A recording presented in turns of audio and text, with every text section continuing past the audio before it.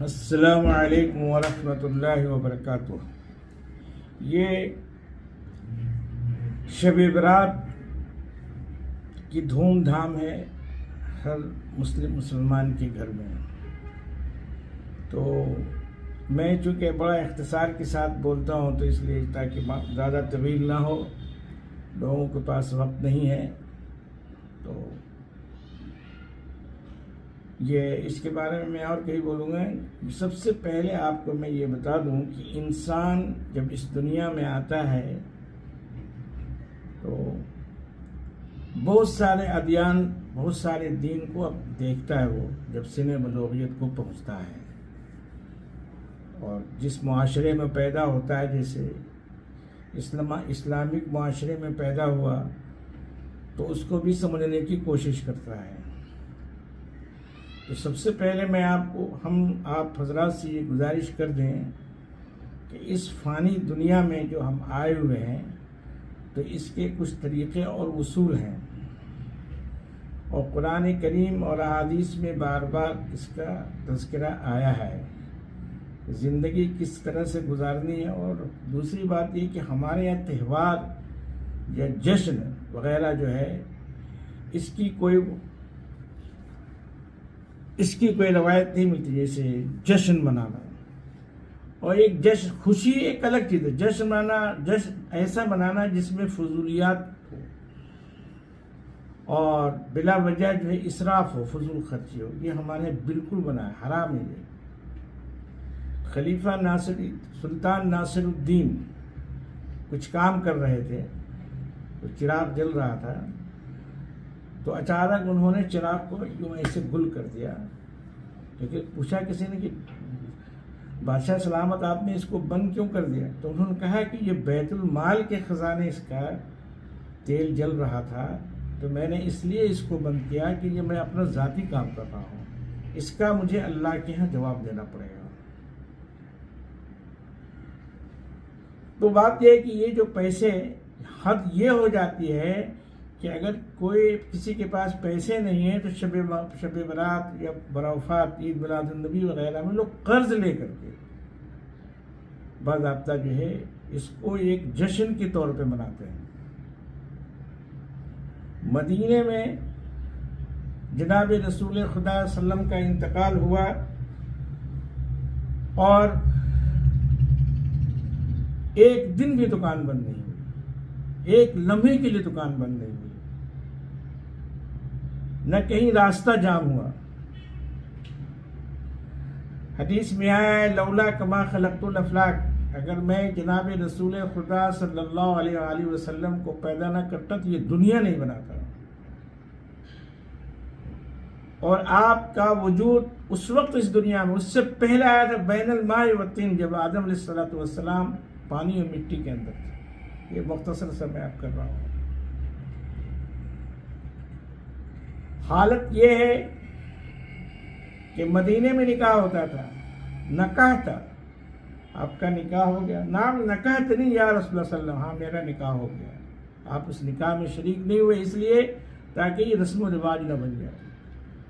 موت ایک بہت غم بھری داستان ہوتی ہے، اس نماز کو بھی فرض کفایہ کیا گیا کہ بھائی اگر جیسے 150 آدمی کی بستی ہے، اگر کچھ لوگوں نے بھی جنازے کی نماز ادا کر دی تو سب کے ذمے سے اتر گیا۔ تو قبر میں جو سوال ہوگا عقائد کا ہوگا، فرائض کا ہوگا، واجبات کا ہوگا، حقوق اللہ کا ہوگا، حقوق العباد کا ہوگا، اس کا نہیں ہوگا کہ برفات منایا کہ نہیں منایا، عید میلاد النبی منایا یا نہیں منایا، اس میں کتنے پیسے خرچ کیے اور کتنے پٹاخے چھوڑے، اس کا کوئی سوال جواب نہیں ہے۔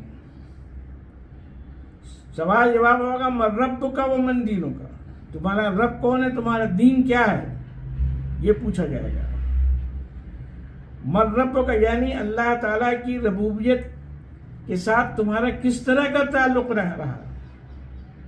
ظاہر سی بات ہے جس نے اللہ کو ٹھیک سے نہیں مانا ہوگا اور غیر اللہ کی طرف اس کا جھکاؤ اگر ہوگا دل سے نہیں، تو ظاہر وہ گھبرا جائے گا، بولتے ہوئے ڈر جائے گا وہ، اور دین کو نہیں سیکھا ہوگا، اس پہ عمل نہیں کیا ہوگا، پریشان ہو جائے گا وہاں پہ۔ اسی امتحان میں اگر کوئی بچہ اچھی طرح سے تیاری کر کے گیا ہے، ممتحن جب اس سے پوچھتا ہے تو فٹافٹ بولنا شروع کر دیتا ہے جواب، اور جس کو یاد نہیں ہوتا ہے تو وہ گھبرا جاتا ہے، نہیں ٹھیک جواب دے پاتا ہے۔ یہ بڑا خطرناک موقع ہوتا ہے جو قبر کی پہلی رات ہوتی ہے، اور جب فرشتوں سے واسطہ پڑتا ہے اور وہاں کوئی معین و مددگار نہیں ہوتا ہے، تو اس وقت کی تیاری کریں، اس اندھیری کوٹری کی تیاری کریں کہ اس میں روشنی کہاں سے آئے گی۔ اس کی صرف ایک روایت ملتی ہے، شب برات، یعنی اگر اس دن انسان توبہ استغفار کرے، عبادت کرے، صدقہ خیرات کرے تو برات مل جائے گی اس کو، یہ آیا ہے۔ اور لیلۃ القدر کے بارے میں آیا ہے، انا انزلناه فی لیلۃ القدر وما ادراک ما لیلۃ القدر، لیلۃ القدر خیر من الف شہر۔ لیلۃ القدر جو ہے 1000 مہینوں سے بہتر ہے، اس کو کہا گیا ہے رمضان کے مہینے میں ڈھونڈنے کے لیے۔ ایسے اس کے کچھ آثار بیان کیے گئے ہیں، کیونکہ مختصر سا ویڈیو بنانا ہے تو زیادہ میں بول نہیں سکتا ہوں،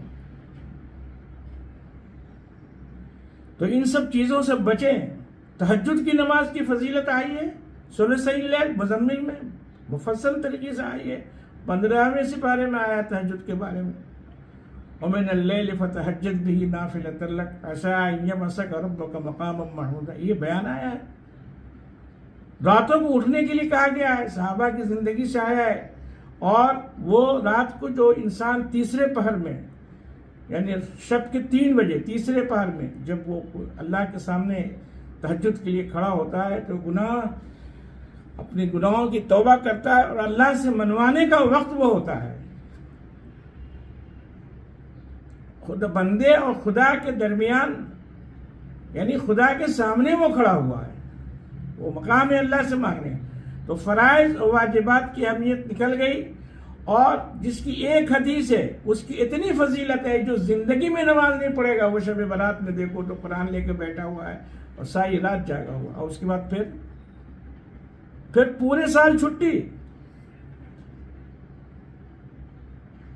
یہ صحیح ہے، انسان اپنے عقل پہ زور ڈالے، کوئی شب برات میں خوب کھانا کھا لے اور پورے سال کھانا نہ کھائے، موت ہو جائے گی اس کی۔ تو یہ اعمال کی موت ہے کہ جس کی فضیلت ہے اس کو چھوڑ کر کے یہ مستحبات میں لگنا، یہ غلط ہے۔ یہ صرف اس کی ایک حدیث، ایک روایت ملتی ہے۔ اور 15 شعبان کا جو روزہ ہے، علماء نے لکھا ہے کہ رسول اللہ صلی اللہ علیہ وسلم 13، 14، 15 کا روزہ رکھتے تھے، 13، 14، 15، اس میں یہ 15 شعبان آ گیا ہے۔ مہینے کے 3 روزے ہیں جس کو ایام 20 کے روزے کہتے ہیں۔ جب آدم علیہ السلام کو جنت سے یہاں دنیا میں پھینکا گیا تو حوا علیہ السلام جدہ میں تھے، اور یہ شاید یہاں انڈیا یا سری لنکا کا علاقہ تھا، اس طرف پھینکا گیا۔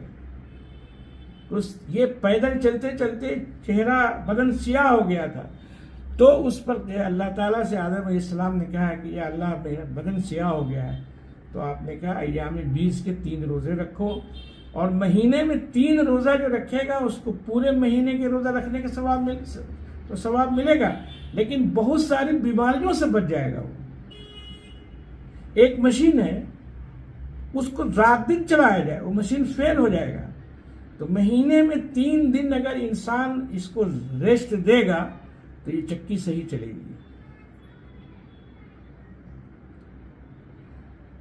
ایک امریکہ کے ڈاکٹر نے کہا ہے کہ سجدے میں اتنے فائدے ہیں کہ اگر میرا بس چلے تو میں پوری دنیا کو سجدہ کرا دوں، نماز پڑھا دوں۔ جو انسان جھکتا ہے اور سجدہ جس کو پیشانی کو اس پہ رکھتا ہے تو یہ خون اور بہت جو پہنچتا ہے بہت تیزی کے ساتھ دماغ میں پہنچتا ہے۔ تو ایسے نہیں کہا گیا ہے کہ اس سے صرف یہ نہیں کہ روحانی فائدہ ہے، دنیاوی فائدہ بھی ہے۔ تو ان سب چیزوں سے بچیں۔ اب رہی بات، ایک بدو تھا، اس نے مہندس بلایا، انجینئر، اور کہا کیا خرچہ آئے گا اس کا؟ ظاہر فاؤنڈیشن کا خرچہ بہت زیادہ بتا دیا اس نے، نیچے سے جو اوپر لاتے ہیں، اور اوپر کا خرچہ کم بتایا، اوپر کے فلور کا۔ تو بدو نے کہا کہ نیچے کا مت بناؤ، اوپر کی عمارت کو بناؤ، نیچے جو ہے بہت زیادہ خرچ ہے۔ اب وہ 1000 اس کو انجینئر سمجھا رہا، بات اس کے سمجھ میں نہیں آ رہی ہے، عمارت نہیں بن سکی، وہ کیسے بنے گی؟ نہیں بن سکتی۔ تو اسلامی عمارت جو ہے شریعت قائم نہیں ہو سکتی ہے جب تک کہ اس کے بنیادی اصولوں کو اپنی زندگی میں نہ لایا جائے، اپنے اعمال کو نہ سدھارا جائے۔ باقی یہ سب چیزیں جو ہے وہ تو فروعاتی چیزیں ہیں، جیسے کہ انسان سب سے پہلے گھر بناتا ہے، فاؤنڈیشن کو مضبوط کرتا ہے، پھر اس کے بعد جو ہے جب گھر مکمل بنتا ہے تو پھر اس کو رنگ سے یہ کرتا ہے، اچھے اچھے کلر اس میں لگاتا ہے، سیمنٹ لگاتا ہے تاکہ دیوار صحیح رہے، وہ بات کی بات ہے۔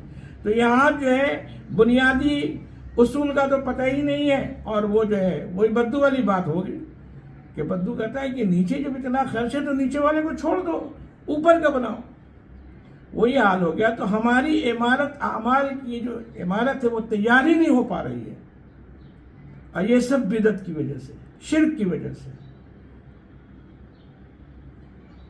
تو میرے بھائی یہ 3 روزے، اور رسول خدا صلی اللہ علیہ وسلم رمضان میں کثرت سے روزے رکھتے تھے۔ روزے کے بارے میں سوال ہوگا، یہ شب قدر میں یہ کیا برفات میں کیا خرچ کیا، اس کا سوال نہیں ہوگا۔ اس کا سوال ضرور ہوگا کہ غربا و مساکین بھوکے تو نہیں رہ گئے، پریشان تو نہیں ہوئے، وہ ہم بھر پیٹ کھاتے رہے، اچھا اچھا کپڑا پہنتے رہے، ان کا تو کوئی خیال نہیں رکھا، یہ سب سوال ہوگا۔ تو یہ جو ہے میں آگے پھر بیان کروں گا کہ عید منانے کا کیا مقصد ہے، بقرعید میں اس کی بھی بیان آئیں گے، رمضان کے بھی روزے کی بھی بیان آئے گی انشاءاللہ تعالی۔ اور میں اسی پہ اب ختم کرتا ہوں۔ اللہ تعالیٰ کہنے سننے سے زیادہ عمل کرنے کے توفیق عطا فرمائے۔ وما علینا الا البلاغ۔